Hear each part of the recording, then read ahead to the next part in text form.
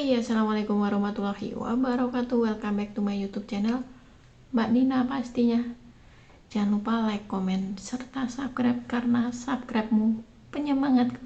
Buat kalian yang baru menemukan channel aku, bantu supportnya juga dengan cara like, komen, serta subscribe dan aktifkan tombol notifikasi biar kalian gak ketinggalan video-video terbaru dari aku pastinya. Saatnya aku bicara.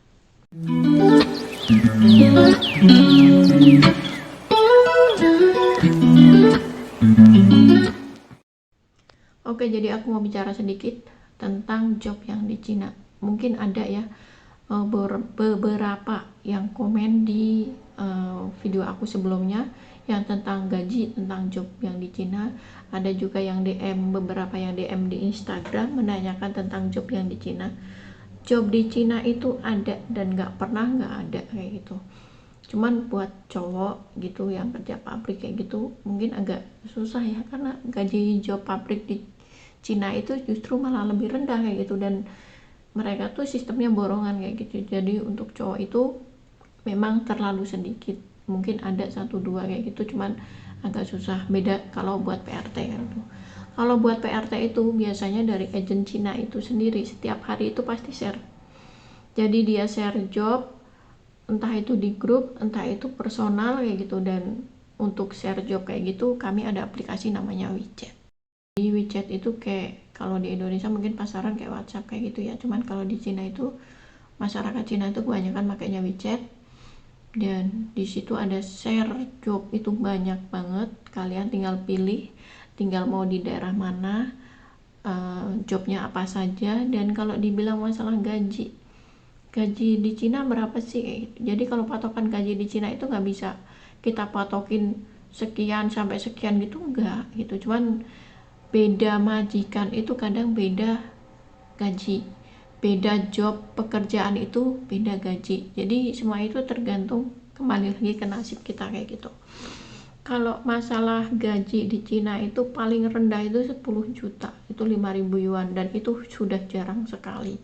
Paling kecil itu 6.000 pun itu buat yang tinggal di kampung-kampung kayak gitu mungkin ya, itu gajinya segitu.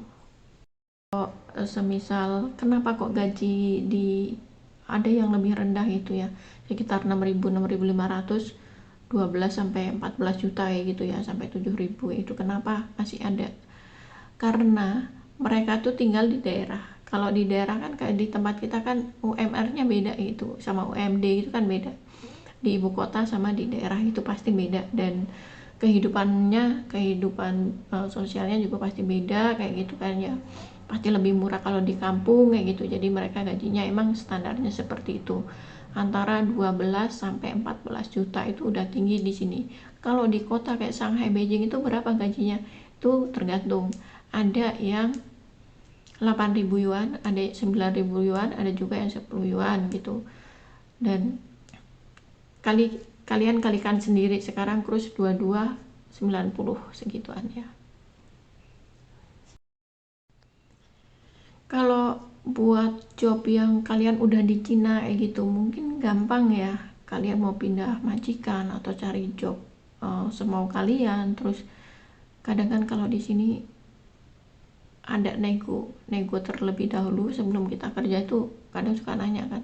Kadang dari agent itu ada rincian seperti ini ntar kita semisal interview. Nah kalau sekarang dalam masa pandemi kayak gini, kita interview tuh paling lewat WeChat kayak gitu, nanya ke majikannya langsung satu rumah berapa orang, kerjanya apa aja, terus ada anjing peliharaan enggak, ada kucing enggak kayak gitu. Jadi semua itu kalian bisa tanyakan detail ke majikan. Dan masalah gaji kalau di Cina itu bisa dinego sama majikan kayak gitu. Jadi agent itu cuma mengiyakan, mengedilkan kayak gitu ya. Jadi itu job yang di Cina. Job itu selalu ada, cuman yang jadi masalah kalau kalian yang di Indonesia pengen ke Cina itu bagaimana caranya dan bagaimana prosesnya. Dan sejauh ini masih lockdown, masih belum ada penerbangan. Kota yang dimana biasanya buat datang pertama kali ke Cina itu pintunya, istilahnya kalau di Indonesia itu Jakarta kayak gitu ya, dan bandaranya itu Kalau di Indonesia kan Soekarno-Hatta, Cengkareng itu. Nah kalau di sini itu biasanya Pudong, Shanghai itu. Cuman karena pandemi, Shanghai itu lockdown. Jadi nggak ada aktivitas dan nggak ada penerbangan. Sedangkan tahu sendiri Cina dalam menangani kasus COVID itu sangat luar biasa dan sangat ketat sekali. Bahkan lockdown pun nggak boleh keluar rumah sama sekali. Dan setiap hari wajib rapid test dan ditempelin di pintu-pintu kayak gitu. Bahkan buat makan bahan makanan aja susah kayak gitu. Jadi emang Cina itu boleh dibilang benar-benar lagi horor kayak gitu ya. Pertama, krisis bahan makanan. Kedua, emang nggak bisa kemana-mana. Dan kalaupun dalam keluarga itu semisal ada anak pun balita kayak gitu pilek, itu sudah wajib karantina. Itulah Cina. Dan Omikron ini penyebarannya di Shanghai luar biasa sekali. Bahkan saya beli online pun yang di luar Shanghai pun nggak bisa karena emang daerahnya juga di lockdown kayak gitu. Jadi buat jaga-jaga biar virusnya tidak menyebar, daerah lain pun di lockdown kayak gitu. Kalau kalian dari Indonesia pengen proses ke Cina, untuk saat ini saya katakan belum bisa ya. Jadi kalian kalau semisal ada iming-iming dari agen Indonesia bisa proses itu bohong. Dan kalian harus pastikan ya, jangan sampai kalian tertipu. Itu sayang kan tertipu. Oke, buat kalian yang pengen ke Cina, kalian sabar-sabarin dulu. Jangan terburu-buru, jangan tergiur sama gaji gede di Cina. Mungkin lebih gede dari Singapura, Hong Kong, Taiwan.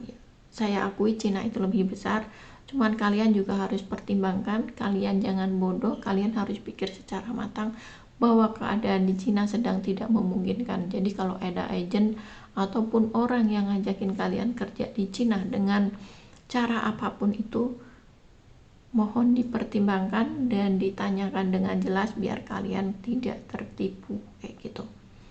Karena keadaan di Cina itu emang lockdown dan nggak boleh kemana-mana. Sekian dulu info dari saya, semoga bermanfaat. Ikuti terus vlog-vlog saya selanjutnya, saya bakalan update tentang Cina terbaru. Sekian dari saya, wassalamualaikum warahmatullahi wabarakatuh.